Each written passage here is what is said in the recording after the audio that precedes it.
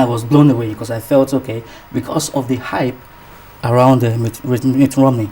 But let me also react to something he said. Mitt Romney went through a process during the primaries with Rick Santorum and Newt Gingrich. These were two very strong people. They came out also when McCain came out in 2008, during that period, And I think that grueling thing, that conveyor belt kind of thing, is what we need to look at. If I come to your question, I felt the speech was ambivalent. One, it wasn't too conciliatory because you need to have said, yes, you conceded to Obama. Initially, he didn't want to concede because Florida had not finished digitalizing and for the exit polls. But when you came out, you just said, okay, I'm happy, Obama, you won. Yes, I'm going to appeal to my voters. I'm going to talk to them, to my followers. But at the same time, by implication, I feel there's no emotional connection with them to follow the vision of Obama, as replicated by other people, other political dinosaurs in the Republican Party. Like, for example, what's his name? Sununu, Karl Rove. Those are the very platforms of the Republican Party. Karl Rove sponsored George Bush 2004, so, and so I feel he was trying to reflect in a way, number one. Number two, what I said is not conciliatory. He didn't write a loser speech. He didn't write that because he felt he was going to win. He had already had a motorcade outside to carry him around the streets to portray him as the winner. So I felt that I knew he was going to lose all through because a guy that constantly flip-flops, a guy that is double-handed. But what you just said, sorry to break in, it must point to the fact that the man did not expect to lose. Okay. Because if you've got a motorcade for celebration and everything, it must be a case of you do not expect to lose. He even had a website, the transition website, which came out yesterday, about No, he didn't have notions of losing. I think we need to be charitable to him. Yes. No, wait, let me explain. Let me use some other language. I feel he was deluded. I feel he had illusion of grandeur. That's what I feel. That's let me tell you. I'm referring to the part where he said, I put the people before. Okay. And I thought that was instructive, that Nigerian politicians should learn to put the country before self. What is key? He concedes. What is key here, sir? And he wishes the I president agree. well. But what is key here is that I agreed with you initially. I followed your viewpoint. But I felt that it was a speech that wasn't too well emotionally connected. And I want to bring it down to... Because he wasn't expecting to lose. He wasn't expecting to lose, but at least at the same time... But okay, bringing it down here. Sorry, sir. Okay, bringing it down here, I feel that, for some reason, we don't replicate that here. And I feel there's this strong realist concept here about leadership and the political space.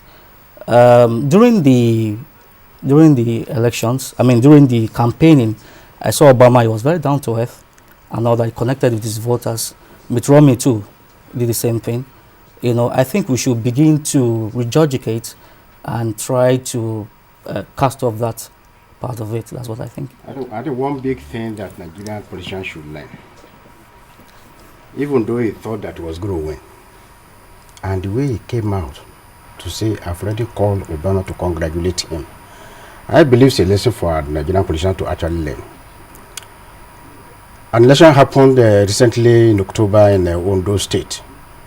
We have the LP who won the majority, about I think 46 or 48%, and we have the next one which is made 28%, and the next party 26%, and they are still going to court to do what? You say, well, they do. There's lack of this sportsmanship in all these politicians we have in Nigeria. That is why you have those who are not doing anything to be violent in what they are doing. Our leaders should learn how to concede and again congratulate the winner. There must be a loser. There must be losers in any election. And what is come like that, is for the sake of the country, for the sake of Nigerians, not for their own sake. They should learn how to say congratulations to their... Okay. Yeah. Ambassador Keshi, if you have to look at it, you've traveled around Nigeria, you've traveled around the world. What is it in us that makes it such that, unlike what happened in America, where I was looking, and even Alera mentioned, looking around, did you see any policeman? Did you see any soldier walking around the polling station or polling booths? There wasn't any. It was not necessary. What is it about us that requires that some amount of force must be seen to be present for people to behave themselves? Well, that's an interesting interesting question. But let me make three quick points, and I'll come back to your. First, I just wanted to say to my friend here that we need to be charitable to the loser. A loser hasn't much to say at the end of the day, and you know what the popular saying, success had 100 fathers, and failure is an orphan. So at that point, all he needed to say was exactly what he has said. It was reconciliatory enough, and there was nothing else anybody could do. The second point, in terms of how we started part of the lesson, if you all notice during the conventions of the two parties, America has again shown us the likelihood of who the next generation of leaders will be.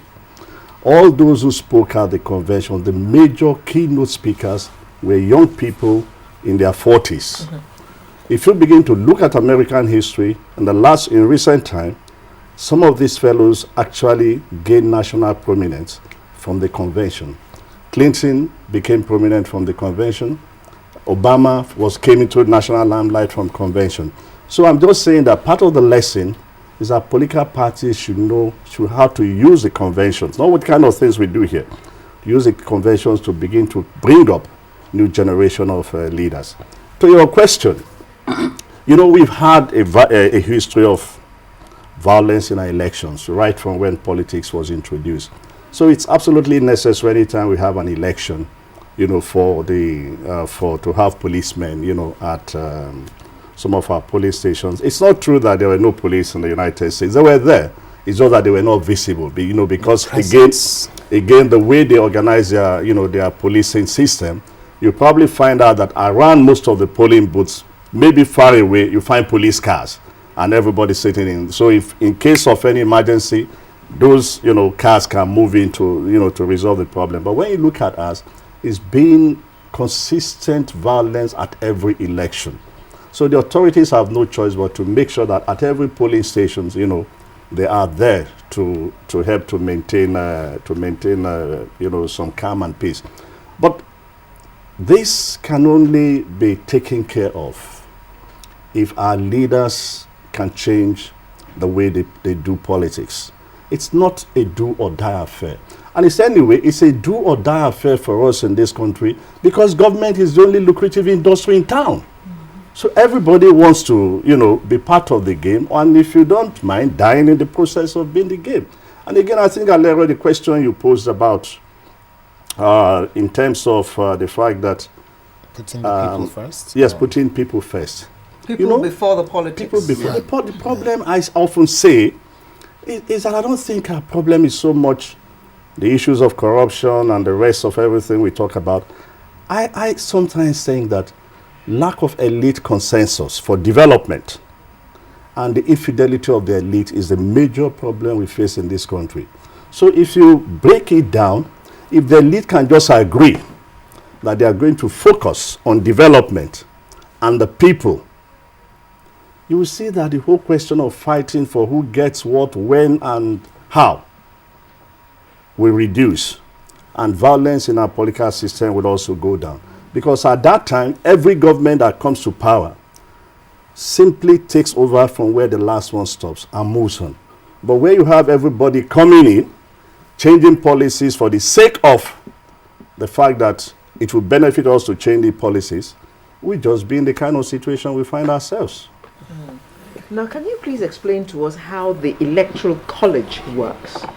We don't use that system in Nigeria at all, but those who were following closely the US elections felt that at some point it would be so close that they would have to use the Electoral College. It is very funny and very interesting. And I believe some foreigners will not even understand how that is. Even some Americans don't even understand that. Most Americans don't. They don't. And it was the last section of U.S. Constitution, just threw it in there, when they wrote their own constitution that electors, the Electoral College would determine the winner of the presidential election. How it is done is that there will be electors selected from each state to equate the number of House of in the Congress, House of Representatives, and also the senators there. There are only 2 per each state, and then by population, that the site is determined that if you have 2 House of Rep in the Congress, then you have 2